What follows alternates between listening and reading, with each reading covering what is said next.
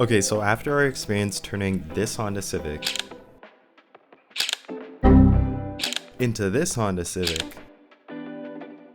we decided to condense our experience flipping this Honda Civic into this short video to give you guys some useful tips so you don't waste your time like we did.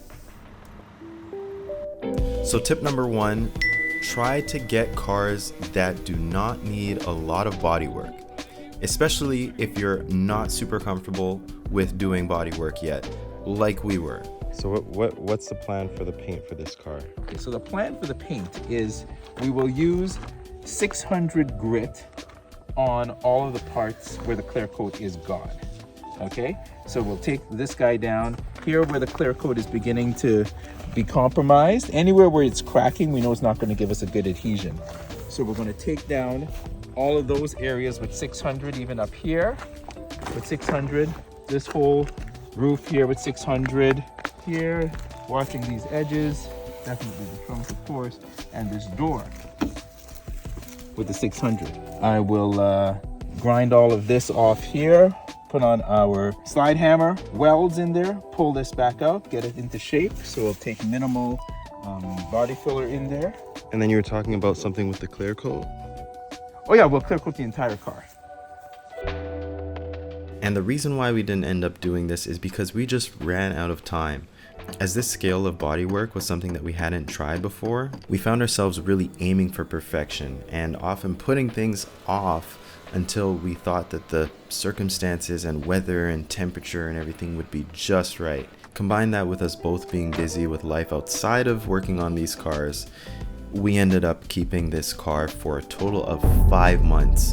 And with such a great amount of time in between our purchase date and our final sale date, our profit margins really got thin because at the end of the day, time is money. We started painting. As you can see, my dad's gun head is not big enough, so the spray that's coming out of the nozzle there is too small, so that's why you see all these little lines here.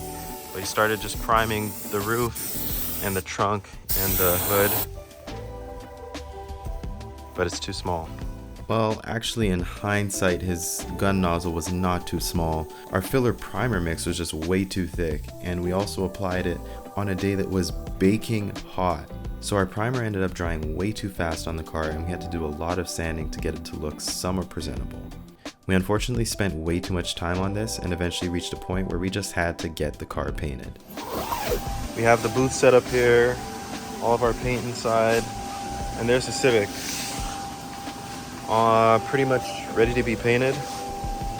We just got to mask off some spots here, and then we will be good to go for paint.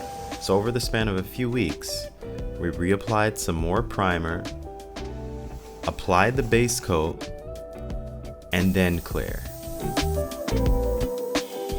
And as good as this car does look with the clear on it, there were still a lot of imperfections that we ended up having to wet sand out and buff and polish to get it to look properly clean. And as steep as the bodywork learning curve was, being able to share the work and hang out in the shed definitely made it a lot more manageable. But you did more than I expected with this.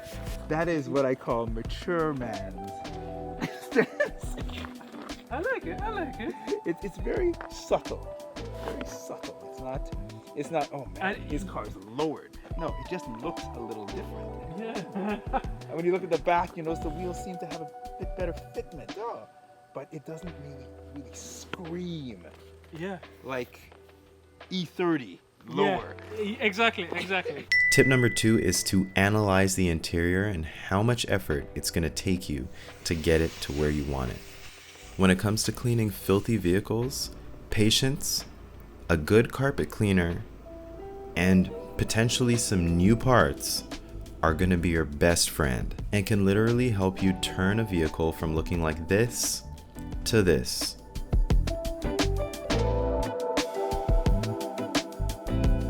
And when we say some new parts, we really just mean some clean parts from your local salvage or wrecker's yard. This can really help you save some money in the long run and ultimately increase your profit margins. And our last tip, which actually may be the most important tip, is to go over everything in the vehicle, even stuff that looks like it's okay. Just check it out. You don't know who put this car together before, and you don't know how it was maintained. And on top of that, give it a good 100 to 150 kilometer test drive. This ensures that any problems that may pop up that you might have missed can be rectified as soon as possible before you have to sell the car.